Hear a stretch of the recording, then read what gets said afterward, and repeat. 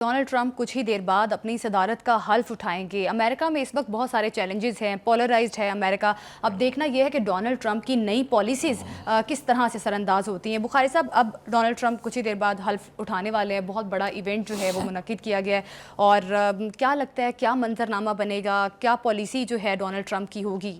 دیکھیے، امریکہ super power ہے، اس میں تو کوئی دو رائے نہیں ہے، اور اس کے صدر کا حلف اٹھانا جو ہے یہ بہت بڑا ایونٹ ہوتا ہے۔ امریکہ میں تو خاص طور سے اس کو ایک بہت ہی اہم ایونٹ قرار دیا جاتا ہے۔ ٹرمپ کی ایک خوبی یہ ہے کہ وہ ایک دفعہ شکست کھانے کے بعد دوبارہ منتخب ہوئے ہیں، جو کہ امریکہ کی تاریخ میں پہلی دفعہ ہے۔ تو بہت ریڈیکل فیصلے وہ کرنا چاہتے ہیں، اور یہ توقع کی جا رہی ہے کہ بہت سارے ایگزیکٹو آرڈرز وہ ایشو کریں گے، جس میں سے کچھ کا انہوں نے حوالہ پہلے ہی دے دیا ہے۔ مثال کے طور پر انہوں نے جو یہ ٹک ٹاک جو ہے چائنا کا جو سوشل میڈیا پلیٹ فارم ہے، اس پہ پابندی لگی ہوئی تھی، وہ پابندی ہٹا دی ہے انہوں نے، اور انہوں نے کہا ہے کہ ہم ان کے ساتھ کوشش کریں گے ڈیل کر کے کوئی بہتر فیصلہ کریں۔ تو بڑے ریڈیکل فیصلے وہ کریں گے۔ مثال کے طور پر انہوں نے کہا کہ جن کو وہ کیپٹل ہل کے اوپر جنہوں نے حملہ کیا تھا، جو سزائیں ہوئی تھی، انہوں نے کہا وہ سب کو معاف کر دوں گا میں۔ لیکن انٹرنیشنل چیلنجز بہت گمبھیر نوعیت کے ہیں۔ یوکرین کی جنگ جاری ہے، جس میں امریکہ انوالو ہے، ملوث ہے اس میں۔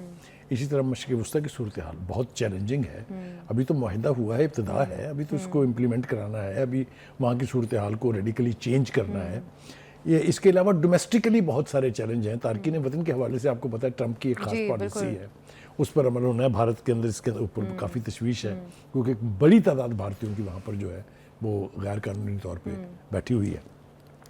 پاکستان کے ساتھ تعلقات کے حوالے سے ابھی کچھ کہنا قبل از وقت ہے، لیکن جو کچھ باتیں ہمارے سامنے آئی ہیں اس کے اوپر تبصرہ ضرور کیا جا سکتا ہے۔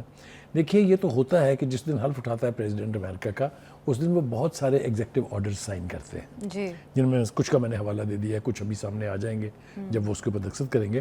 لیکن یہاں ہمارے ہاں بھی ایک جوکر قسم کے شخص نے تو یہاں تک کہہ دیا کہ ٹرمپ عمران خان کی رہائی کا ایگزیکٹو آرڈر جاری کریں گے۔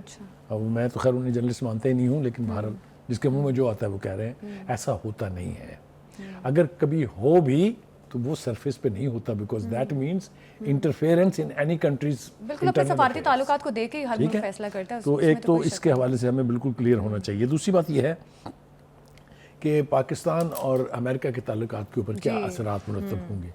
دیکھیے، پاکستان جیو پولیٹیکلی بہت ہی سینسٹیو لوکیشن پر موجود ہے۔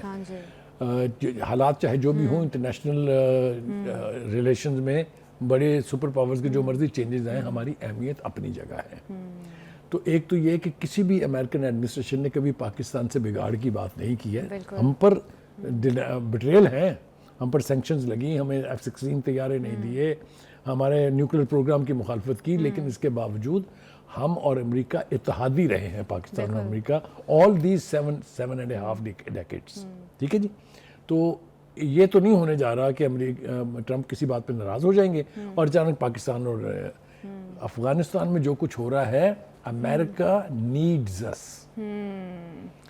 کیونکہ دہشت گردی کی کسی بھی صورت کے وہ خلاف ہے، جو بھی اس کا نقشہ ہو۔ ڈونلڈ ٹرمپ تو کہہ بھی رہے ہیں کہ افغانستان سے ہتھیار واپس لے لیں گے۔ دوسری بات یہ کہ وہ اسلحہ جو ہمارے خلاف استعمال ہو رہا تھا، مجھے خوشی ہے اس بات کی کہ ٹرمپ نے کیٹیگوریکلی کہا ہے کہ وہ جو اسلحہ وہاں چھوڑ رہے تھے ہم واپس لیں گے۔ تو یہ بہت ساری پازیٹیو باتیں بھی ہیں، لیکن جب تک ان کا اپنا پالیسی اسٹیٹمنٹ سامنے نہیں آتا ہے، میرے خیال سے بہت ایمبیشیس قسم کی توقعات ان سے وابستہ کر لینا، چاہے وہ حکومت ہے چاہے وہ پی ٹی آئی ہے۔ ابھی ٹائم شارٹ ہے، انشاءاللہ کل اس پہ ڈیٹیل بات بھی کریں گے۔ ناظرین، پروگرام سے ابھی دیجیے ہمیں اجازت، کل پھر ملاقات ہوگی۔ اللہ حافظ۔